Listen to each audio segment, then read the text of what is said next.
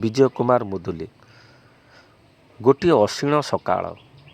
Badambadi bus ଷ୍ଟାଣ୍ଡରେ ଧୀରେ ଧୀରେ ଗହଳି ଜମିବାକୁ ଲାଗିଛି। ଷ୍ଟାଣ୍ଡ ଭିତରୁ ଗୋଟେ ଗୋଟେ ବସ୍ ଜଗନ୍ନାଥ ପହଣ୍ଡି ବିଜେ କଲା ପରି ରହି ରହି ବହିର୍ଗତ ହେଉଛନ୍ତି ଗନ୍ତବ୍ୟ ପଥରେ। ତଥାପି ପ୍ରତିଯୋଗିତା ସରିନାହିଁ। ନିଜ ପକ୍ଷକୁ ଟାଣି ଓଟାରି ନେବାର ପ୍ରୟାସରେ ବସ୍ ହେଲ୍ପର ଓ କଣ୍ଡକ୍ଟର ମାନଙ୍କର ଉଦ୍ଘୋଷରେ ଫାଟି ପଡ଼ୁଥିଲା ବସ୍ ଷ୍ଟାଣ୍ଡଟି। ଏହି ସମୟରେ 10 ଟଙ୍କିଆ ନୋଟ୍ଟେ ଅଟୋବାଲାକୁ ବଢ଼େଇ ଦେଇ ବିରଞ୍ଚି ଧାଇଁଲା ତା'ର ଧ୍ୟାନକୁ ଆକର୍ଷଣ କରୁଥିବା ଦିଗରେ। ଯେଉଁ ଦିଗରୁ ଭାସି ଆସୁଥିଲା ହେଲ୍ପରଟିର ବିକଳ ଚିତ୍କାର, ଢେଙ୍କାନାଳ ଢେଙ୍କାନାଳ, ଅନୁଗୁଳ ଅନୁଗୁଳ। ଢେଙ୍କାନାଳର ଏକ ଉଚ୍ଚ ବିଦ୍ୟାଳୟରେ 3 ବର୍ଷ ହେଲା ବିରଞ୍ଚି ଶିକ୍ଷକତା କରିଆସୁଛି। ପୁଣି ଚାକିରି ଅସ୍ଥାୟୀ। ପ୍ରତି ଶନିବାର ଢେଙ୍କାନାଳରୁ କଟକ ଆସେ। ପୁଣି ସୋମବାର ତା'ର କର୍ମକ୍ଷେତ୍ରକୁ ପ୍ରତ୍ୟାଗମନ କରେ। ସ୍କୁଲ ଟାଇମ୍ ଡେରି ହୋଇଯିବା ଆଶଙ୍କାରେ ବିରଞ୍ଚି ତା' ରିଷ୍ଟ ୱାଚକୁ ଥରେ ଦୁଇଥର ଚାହିଁଦେଇ ବେଗ ବଢ଼େଇଲା ଅପେକ୍ଷାରତ ବସ୍ଟି ଅଭିମୁଖେ। ବସରେ ଚଢ଼ିବା ପୂର୍ବରୁ କେହି ଜଣେ ବିରଞ୍ଚିକୁ ଲକ୍ଷ୍ୟ କରି ଅନୁରୋଧ କଲା, "ପେନ୍ ପ୍ଲିଜ୍।" ଏକ ଗୁରୁତ୍ୱହୀନ ଦୃଷ୍ଟି ନିକ୍ଷେପ କରି ଛାତି ପ୍ୟାକେଟରେ ଜୋକ ପରି ଲାଗିଥିବା କଲମର ସୁରକ୍ଷିତ ସ୍ଥିତିକୁ ହସ୍ତରେ ସ୍ପର୍ଶ ଦେଇ ବିରଞ୍ଚି ହଠାତ୍ ବସ୍ ଭିତରକୁ ଚଢ଼ିଗଲା। ତତ୍କ୍ଷଣାତ୍ ବସ୍ର ଗୋଟିଏ ପାର୍ଶ୍ୱ ସିଟ୍ଟିଏ ଆପଣେଇ ନେଲା। ଏହାପରେ ବସ୍ଟି ତା'ର ଗନ୍ତବ୍ୟ ପଥରେ ଆଗେଇ ଚାଲିଲା। ବସ୍ଟିର ବେଗ ଯେତେ ଯେତେ କ୍ଷିପ୍ର ହେଉଥିଲା, ସହରର ବିକଟାଳ ଶବ୍ଦ ସବୁ ଧୀରେ ଧୀରେ ଅପସରି ଯାଉଥିଲା। ବସ୍ର ବିପରୀତ ଦିଗରେ ସମସ୍ତ ସଜୀବ ଓ ନିର୍ଜୀବ ସୃଷ୍ଟିଗୁଡ଼ିକ ମଧ୍ୟ ଧାଇଁ ଯାଉଥିଲେ ଆଗକୁ ଆଗକୁ। ଏହି ସମୟରେ ହଠାତ୍ ବିରଞ୍ଚିର ମାନସପଟରେ ଝଲସି ଉଠିଲା 10 ବର୍ଷ ତଳର ଗୋଟିଏ ମୁହଁ, ଯିଏ ଗୋଟିଏ ନିଷ୍କପଟ, ସରଳ, ବିଶ୍ୱାସୀ ଗାଉଁଲି କିଶୋର ଜୀବନରେ ସୃଷ୍ଟି କରିଥିଲା ଏକ ମହାପ୍ରଳୟ, ଯାହା ତା' ଜୀବନର ଗତିପଥକୁ କ୍ଷତବିକ୍ଷତ କରିଥିଲା। ଯେଉଁ ମୁହଁରୁ ଆଜି ବିରଞ୍ଚି ଉଦ୍ଦେଶ୍ୟରେ ବାହାରି ଆସିଥିଲା, "ପେନ୍ ପ୍ଲିଜ୍", ସେହି ମୁହଁ, ସେହି ସ୍ୱର ଓ ସେହି ଢଙ୍ଗରେ ତାକୁ ପେନ୍ ଦେବା ପାଇଁ ନିବେଦନ କରାଯାଇଛି ଠିକ୍ ବସ୍ ଭିତରକୁ ଚଢ଼ିବା ପୂର୍ବରୁ। ଆରେ, ଏ ତ ସେଇ ମୁହଁ! ବସ୍ ଭିତରକୁ ଚଢ଼ିବା ପୂର୍ବରୁ ଯେଉଁ ବ୍ୟକ୍ତିଟି ତାକୁ ପେନ୍ ମାଗୁଥିଲା, 10 ବର୍ଷ ତଳର ସେହି ମହିଷାସୁର ନୁହେଁ ତ? ହଁ, ସେହି ଭଦ୍ର ଚେହେରା ଭିତରେ ଗୋଟିଏ କଦର୍ଯ୍ୟ ବ୍ୟକ୍ତିତ୍ୱ ଆତ୍ମଗୋପନ କରିଥିବା ଗୋଟିଏ ଅସାମାଜିକ ପ୍ରାଣୀ। ତତ୍କ୍ଷଣାତ୍ ବସ୍ରୁ ଓହ୍ଲେଇ ପଡ଼ିବ କି? ଯେଉଁଠାରେ ସେ ବ୍ୟକ୍ତିଟି ଛିଡ଼ା ହୋଇଥିଲା, ତା' ସାମ୍ନାରେ ଥିବା ପୋଲିସ ଷ୍ଟେସନରେ ଲୋକଟାର ଅସଲ ମୁଖା ଖୋଲିଦେବ କି? ଲାଭ କ'ଣ ହେବ? ଲିଭି ଯାଇ ପାରିବ କି ତା' ହୃଦୟରେ ଲାଗିଥିବା କ୍ଷତ? ଫେରି ଆସି ପାରିବ କି ସୁନେଲି କ୍ୟାରିୟର ପାଇଁ ଦେଖିଥିବା ସ୍ୱପ୍ନ? ଦୀର୍ଘ 10 ବର୍ଷ ତଳର ସ୍ୱପ୍ନଭରା ଛାତ୍ର ଜୀବନ? ଏସବୁ ଦ୍ୱନ୍ଦ୍ୱପୂର୍ଣ୍ଣ ଭାବନାଟି ଗତିଶୀଳ ବସ୍ଟି ଭିତରେ ବିରଞ୍ଚିକୁ ଅଣନିଃଶ୍ୱାସ କରିଦେଉଥିଲା। ଠିକ୍ 10 ବର୍ଷ ତଳେ ଏହି ଲୋକଟି ସହିତ ବିରଞ୍ଚିର ଭେଟ ହୁଏ ଓଡ଼ିଶାର ଏକ ସୁନାମଧନ୍ୟ କଲେଜ କ୍ୟାମ୍ପସରେ। ଏହିଠାରେ ଆରମ୍ଭ ହୋଇଥିଲା ତା' ଜୀବନରେ ଘଟିଥିବା ଏକ ଦୁଃଖଦ କାହାଣୀ। ବଦଳି ଯାଇଥିଲା ଜୀବନର ମୋଡ଼। ସେଠାରୁ କାହାଣୀଟି ଲମ୍ବି ଯାଇଥିଲା ଓଡ଼ିଶାର ଆଉ ଏକ ସୁନାମଧନ୍ୟ ମେଡ଼ିକାଲ କଲେଜ ପର୍ଯ୍ୟନ୍ତ। ସେଠି ମେଡ଼ିକାଲ କଲେଜ କ୍ୟାମ୍ପସ ଭିତରେ ହିଁ ବିରଞ୍ଚି ଦେଖିଥିବା ସ୍ୱପ୍ନର ମୃତ୍ୟୁ ଓ ତା' ସ୍ୱପ୍ନରୂପୀ ଶବର ସତ୍କାର। 1983 ମସିହା ଦଶମ ସିନିୟର ବୋର୍ଡ଼ ପରୀକ୍ଷାରେ ବିରଞ୍ଚିର କୃତିତ୍ୱ ହାସଲ ଆଣିଦେଇଥିଲା ତା' ପରିବାର, ବନ୍ଧୁବାନ୍ଧବ ଓ ଗ୍ରାମବାସୀମାନଙ୍କ ପାଇଁ ଗର୍ବ ଓ ଗୌରବ।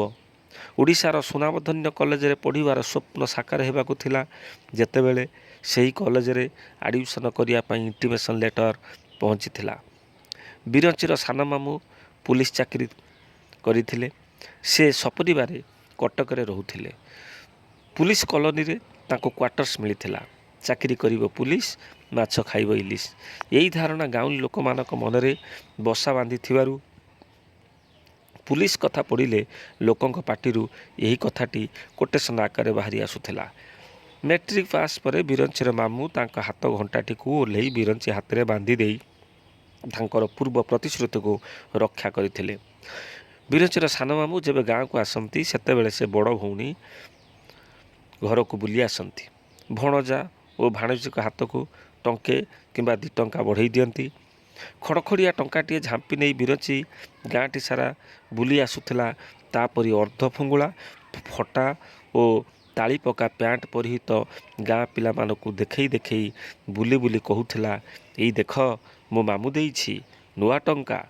ମାମୁଁ ନଥିବା କିମ୍ବା ଭଣଜାକୁ ଟଙ୍କାଟିଏ ଦେଉନଥିବା ବିଚରା ଭାଗ୍ୟହୀନ ପିଲାମାନଙ୍କର ହୃଦୟ ଭାଙ୍ଗି ଯାଉଥିଲା ବିରଞ୍ଚି ହାତରେ ଥିବା ଖଡ଼ଖଡ଼ିଆ ନୋଟ୍ଟେ ଦେଖି। ବିରଞ୍ଚିର ବୋଉ ତା ମାମୁଁକୁ କହିଥିଲେ, ବିରଞ୍ଚି ମେଟ୍ରିକଟା ପାସ୍ କଲେ ତୋ ପାଖରେ ରହି କଟକର ସବୁଠାରୁ ବଡ଼ କଲେଜରେ ପାଠ ପଢ଼ିବ। ଟଙ୍କା ସିନା ଦେଇପାରିବିନି, ହେଲେ ଚାଉଳ ଗଣ୍ଡେ ତ ମାସକୁ ମାସ ପଠେଇବି। ବଡ଼ ଭଉଣୀଟି ଯେତେବେଳେ ଅନୁରୋଧ କରୁଛି, ସେଦିନ ତା କଥା ଭାଙ୍ଗି ନ ପାରି ବିରଞ୍ଚିର ମାମୁଁ ଇଚ୍ଛା ଓ ଅନିଚ୍ଛାର ଗୋଟିଏ ମିଶ୍ରିତ ସମ୍ମତିଟିଏ ଦେଇଥିଲେ। ପାଠପଢ଼ା ବିଷୟରେ ବିରଞ୍ଚିର ବାପା କିଛି ମୁଣ୍ଡ ଖେଳାନ୍ତିନି। ତାଙ୍କର ଇଚ୍ଛା ପୁଅ ଚାଷ କାର୍ଯ୍ୟରେ ତାଙ୍କୁ ସାହାଯ୍ୟ କରୁ। ହେଲେ ତା ମାଆଙ୍କର ଚିନ୍ତାଧାରା ଥିଲା ଭିନ୍ନ। ବାପା ସିନା ଚାଷ କାର୍ଯ୍ୟ କରୁଥିଲେ, ହେଲେ ଘରର ଆଉ ଯାବତୀୟ କାର୍ଯ୍ୟ ମା ହିଁ ବୁଝୁଥିଲେ। ଆବଶ୍ୟକ ପଡ଼ିଲେ ସେ ଧାର ଉଧାର କରି ଘର ଚଳାଉଥିଲେ। ଯେଉଁଦିନ ବିରଞ୍ଚିର ଆଡ଼ମିସନ୍ ହେବାର ଥିଲା, ବାପାଙ୍କ ବାରଣ ସତ୍ତ୍ୱେ ମା ସୁଧିଆରେ ପଇସା ଆଣି ପୁଅ ହାତକୁ ବଢ଼ାଇ ଦେଇଥିଲା। ମାଆର ଛଳ ଛଳ ଆଖି, ଆଉ ସେଇ ଆଖି ଭିତରେ ବିରଞ୍ଚି ଦେଖିଥିଲା ତା ମା ଓ ପରିବାର ପାଇଁ ଗୋଟିଏ ବିରାଟ ସ୍ୱପ୍ନ। ସମସ୍ତ ପ୍ରସ୍ତୁତି ସହିତ ମାଆର ଆଶୀର୍ବାଦ ନେଇ ବିରଞ୍ଚି ବାହାରି ଆସିଥିଲା କଟକ ସହର ଧବଳ ଟଗର ମଧ୍ୟରେ ଶୋଭାବର୍ଦ୍ଧନ କରୁଥିବା ଶିକ୍ଷାନୁଷ୍ଠାନର ମହୁଡ଼ମଣି, ଯିଏ 1000 ବର୍ଷର ସହରର ପିଠୁ ଉପରେ ଗୋଟିଏ ଲାଲ ରଙ୍ଗର ଢେଉଟିଏ ଢାଳି ଦଣ୍ଡାୟମାନ। ତା ଷ୍ଟ୍ରକ୍ଚର ଓ ପୋଶ୍ଚର ପୁଣି ବିଦେଶୀ ଢଙ୍ଗରେ। 16-17 ବର୍ଷ ବୟସରେ କଟକ ଆସିବା ଯଦିଓ ପ୍ରଥମ ଥର ନୁହେଁ, କିନ୍ତୁ ଏକୁଟିଆ ଆସିବା ଥିଲା ପ୍ରଥମ। ସେ ବାଦାମବାଡ଼ିର ବସ୍ଷ୍ଟାଣ୍ଡରୁ ରିକ୍ସାରେ ବସି କଲେଜ ଛକରେ ପହଞ୍ଚିଲା। କଲେଜର ମୁଖ୍ୟ ଫାଟକରୁ କଲେଜର ସ୍ୱରୂପକୁ ଦେଖି ଭାବବିହ୍ୱଳ ହୋଇପଡ଼ିଲା। ଯେତିକି ଭୟ ଲାଗୁଥିଲା, ସେତିକି ଉତ୍ସାହ ମଧ୍ୟ। 4 ତଳ ମହଲା, ଲାଲ ରଙ୍ଗର ବିଦେଶୀ ଢଙ୍ଗରେ ନିର୍ମିତ କୋଠା ସବୁ ଲମ୍ବି ଯାଇଛନ୍ତି ପୂର୍ବ ପଶ୍ଚିମ ହେଇ। ସାମ୍ନାରେ ବିସ୍ତୀର୍ଣ୍ଣ ଘାସ ଗାଲିଚାର ପ୍ରାନ୍ତର, ପୁଣି ଧାଡ଼ି ଧାଡ଼ିକା ଆକାଶକୁ ଲମ୍ବିଥିବା ଦେବଦାରୁ ବୃକ୍ଷ। କଲେଜର ଉତ୍ତର ପାର୍ଶ୍ୱରେ ଥିବା ମୁଖ୍ୟ ଫାଟକ ଦେଇ ପ୍ରବେଶ କରୁଥିଲେ ସହରୀ, ମଫସଲି, ବୁଦ୍ଧିଆ, ନିର୍ବୁଦ୍ଧିଆ, ସାଧୁ, ଅସାଧୁ, ଡେଙ୍ଗା, ବାଙ୍ଗରା, ସୁଖୀ ଦୁଃଖୀ, ଏମିତି କେତେ ରକମର ମଣିଷମାନେ। ସତେ ଯେମିତି ଏଇମାନଙ୍କୁ ପୂର୍ବ ପଶ୍ଚିମ ହେଇ ଲମ୍ବିଥିବା ସୁଉଚ୍ଚ ସୁଦୀର୍ଘ ଲାଲ କୋଠାଟି ଉତ୍ତରକୁ 2 ବାହୁ ମେଲି ଆଲିଙ୍ଗନ କରିବାକୁ ବ୍ୟଗ୍ର। ସେ ମାଟି ଯିଏ ମାଡ଼ିଛି, ସେ ପାଲଟି ଯାଇଛି ଲୋକମାନଙ୍କର ଆଲୋଚନା ଓ ଚର୍ଚ୍ଚାର କେନ୍ଦ୍ରବିନ୍ଦୁ।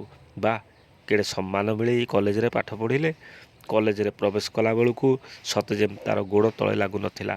ହେଲେ କଲେଜ ବାରଣ୍ଡାରେ ଗଲାବେଳେ ଏକ ବିରାଟ ଭୟଟେ ଯେମିତି ତା ଛାତିଟିକୁ ଜାବୁଡ଼ି ଧରିଥିଲା। ବିସ୍ତୃତ ବାରଣ୍ଡା ଦେଇ ରଙ୍ଗ ବେରଙ୍ଗର ପୋଷାକ ପରିହିତ ସହରୀ ଛାତ୍ରଛାତ୍ରୀମାନଙ୍କର ଚାଲିବୁଲି ସବୁକୁ କଣେଇ କଣେଇ ଚାହିଁ ନିଜ ଭାଗ୍ୟକୁ ନିନ୍ଦିବାର ମନ୍ତ୍ରଧ୍ୱନି ଉଚ୍ଚାରଣ କରୁଥିଲା।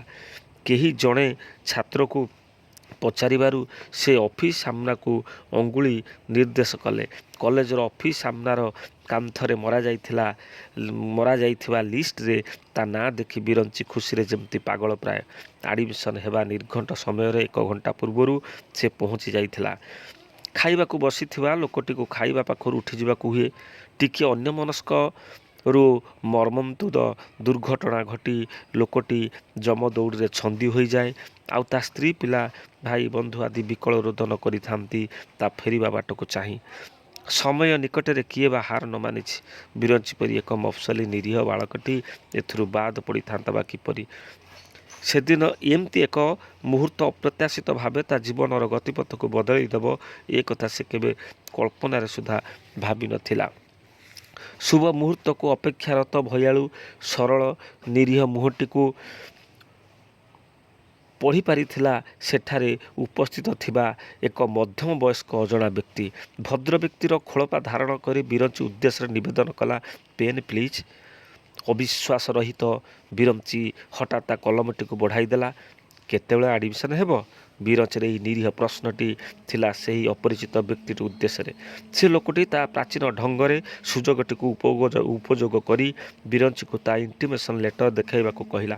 ପୁଣି passport size photo, board certificate, school leaving conduct ଆଦି ସାର୍ଟିଫିକେଟ୍ ଗୁଡ଼ିକର ଜେରକ୍ସ କପି ଦେଖାଇବାକୁ କହିଲା। ଏସବୁ ଆଟେଷ୍ଟେଡ୍ ନହେଲେ ଆଡ଼ମିସନ୍ ହେବ ନାହିଁ। ଲୋକଟିର ଏ ପ୍ରସ୍ତାବକୁ ବିରଞ୍ଚି ସହଜରେ ଗ୍ରହଣ କରି ନେଇଥିଲା। ତାର ସରଳତା ଓ ଅଜ୍ଞତା ଯୋଗୁଁ ସେ ଲୋକଟି ଉପରେ ବିଶ୍ୱାସ ଓ ଭରସା କରିନେଲା। ବୋକାର ଗଣ୍ଠିଲିଟିଏ ବହନ କରି ବିରଞ୍ଚି ସେ ମହାଶୟଙ୍କ ସହିତ ରିକ୍ସାରେ ବସି ରାଣୀହାଟ ଦେଇ ବଡ଼ ମେଡ଼ିକାଲ ଅଭିମୁଖେ ଯାତ୍ରା କଲା। ଯେଉଁ ରାସ୍ତା, ଗହଳି ଓ ସ୍ଥାନ ଦେଇ ସେମାନେ ଗଲେ ତା ପାଇଁ ସେସବୁ ସମ୍ପୂର୍ଣ୍ଣ ଅପରିଚିତ ଥିଲା। ରିକ୍ସାଟି ଯେ ସେଦିନ ବଡ଼ ମେଡ଼ିକାଲର ପଛପଟ ଗେଟ୍ ଦେଇ ମେଡ଼ିକାଲ କ୍ୟାମ୍ପସ ଭିତରେ ପ୍ରବେଶ କରିଛି ତାହା ବିରଞ୍ଚିକୁ ଅଜଣା ଥିଲା। ସେ ଅପରିଚିତ ବ୍ୟକ୍ତିଟି ବିରଞ୍ଚିର ଆଖିରେ ସତେ ଯେମିତି ଗୋଟିଏ ଅନ୍ଧ ପୁଟୁଳିଟିଏ ବାନ୍ଧି ଦେଇଥିଲା। ସବୁ ଯେପରି ଅପରିଚିତ ସେଠି। ମଫସଲି ପିଲାଟି ହଜିଗଲା ମର୍ତ୍ତ୍ୟର ଯମପୁରରେ। ଆଜି ସବୁ କିଛି ଗୋଟି ଗୋଟି ହେଇ ଲାଇଟରଟି ପରି ଧପ୍ କରି ଜଳି ଉଠୁଛି। ରିକ୍ସାଟି ବଡ଼ ମେଡ଼ିକାଲର ଏକ ୱାର୍ଡର ସାମ୍ନାରେ ଅଟକିଗଲା। ଲୋକଟିର ନିର୍ଦ୍ଦେଶ ଅନୁସାରେ ବିରଞ୍ଚି ରିକ୍ସାବାଲାକୁ ତା ଭଡ଼ା ପଇସା ବଢ଼େଇ ଦେଲା। ଇଣ୍ଟିମେସନ୍ ଲେଟର ସହିତ ଆବଶ୍ୟକୀୟ ଡକୁମେଣ୍ଟଗୁଡ଼ିକ ଦେବାକୁ ବିରଞ୍ଚିକୁ କୁହାଗଲା। ଆଉ ମଧ୍ୟ ସାମ୍ନାରେ ଥିବା ଗୋଟିଏ ଛୋଟିଆ ପାଚେରୀ ଉପରେ ବସି କିଛି ସମୟ ଅପେକ୍ଷା କରିବାର ବିଶ୍ୱାସଟିଏ ତା ଉପରକୁ ଫୋପାଡ଼ି ଦେଲା। ଅତୁଟ ବିଶ୍ୱାସ ନେଇ ଗୋଟିଏ ଅବାଧ୍ୟ ପିଲାଟି ପରି ସେ ଅପେକ୍ଷାରତ। ସାମ୍ନାରେ ଲମ୍ବି ଯାଇଛି ବିସ୍ତୃତ କଂକ୍ରିଟ ରାସ୍ତା। ଦୁଇ ପାର୍ଶ୍ୱରେ ବଡ଼ ବଡ଼ କୋଠାମାଳ। ରାସ୍ତା ଦେଇ ଷ୍ଟ୍ରେଚରରେ ବୁହା ହୋଇ ଚାଲିଥାନ୍ତି ଜୀବନ ମରଣ ସହ ସଂଗ୍ରାମ କରୁଥିବା ହରେକ ପ୍ରକାର ରୋଗୀ। ଚାହୁଁ ଚାହୁଁ ଘଣ୍ଟାର ବେଗ ବଢ଼ି ଚାଲିଲା। ତଥାପି ବିଶ୍ୱାସ କଥା ଦେଇଥିବା ବ୍ୟକ୍ତିଟି ନିଶ୍ଚୟ ଆସିବ। ହେଲେ 2 ଘଣ୍ଟା ବିତିଗଲାଣି। ତେବେ କ'ଣ ଲୋକଟି ଠକିଦେଲା? ହେଲେ ତାହାର ଲାଭ କ'ଣ? ବିରଞ୍ଚି ପାଖରେ ଥିବା ଆଡ଼ମିସନ୍ ପଇସା ଓ ତା ଅରିଜିନାଲ ସାର୍ଟିଫିକେଟ୍ ଗୁଡ଼ିକ ଯେ ସୁରକ୍ଷିତ? ତେବେ କ'ଣ ହୋଇପାରେ? ଏସବୁ ପ୍ରଶ୍ନ କରି ବିରଞ୍ଚି ଖୋଜିବା ଉଦ୍ଦେଶ୍ୟରେ ୱାର୍ଡ ଭିତରକୁ ପ୍ରବେଶ କଲା। ହେଲେ ଆଗକୁ ଲମ୍ବିଥିଲା ସୁଦୀର୍ଘ ବାରଣ୍ଡା। ଯେଉଁ କୋଠରୀ ମଧ୍ୟରେ ପ୍ରବେଶ କଲା ସେଠାରେ ଆବିଷ୍କାର କଲା କେବଳ ରୋଗୀ, ବେଡ୍, ରୋଗୀମାନଙ୍କର ସମ୍ପର୍କୀୟ, ନର୍ସ, ଡାକ୍ତର, ସାଲାଇନ୍, ମେଡ଼ିସିନ୍ ଓ ଫିନାଇଲ ଗନ୍ଧ। ଭାଙ୍ଗିଗଲା ସ୍ୱପ୍ନ। ଓଡ଼ିଶାର ସୁନାମଧନ୍ୟ କଲେଜରେ ପଢ଼ିବାର ଆଶା ଆକାଂକ୍ଷା ସବୁ ଚୁରମାର ହୋଇଗଲା। ଦୀର୍ଘ 10 ବର୍ଷ ତଳର କାହାଣୀକୁ ମନେ ପକାଇ ମ୍ରିୟମାଣ ହେଉଥିବା ବେଳେ ବସ୍ଟି ପହଞ୍ଚି ସାରିଥିଲା ଢେଙ୍କାନାଳ ଟାଉନରେ। ସ୍କୁଲ ଫାଟକ ଭିତରେ ପ୍ରବେଶ କରିବା ପୂର୍ବରୁ ବିରଞ୍ଚି ନିଜକୁ ନିଜେ ପ୍ରଶ୍ନ କରିଥିଲା, ଲୋକଟି ସେଦିନ ମୋ ଇଣ୍ଟିମେସନ୍ ଲେଟର ବଦଳରେ କ'ଣ ପାଇଥିବ? ଲୋକଟି ସେଦିନ ମୋ ଇଣ୍ଟିମେସନ୍ ଲେଟର ବଦଳରେ କ'ଣ ପାଇଥିବ? ଧନ୍ୟବାଦ।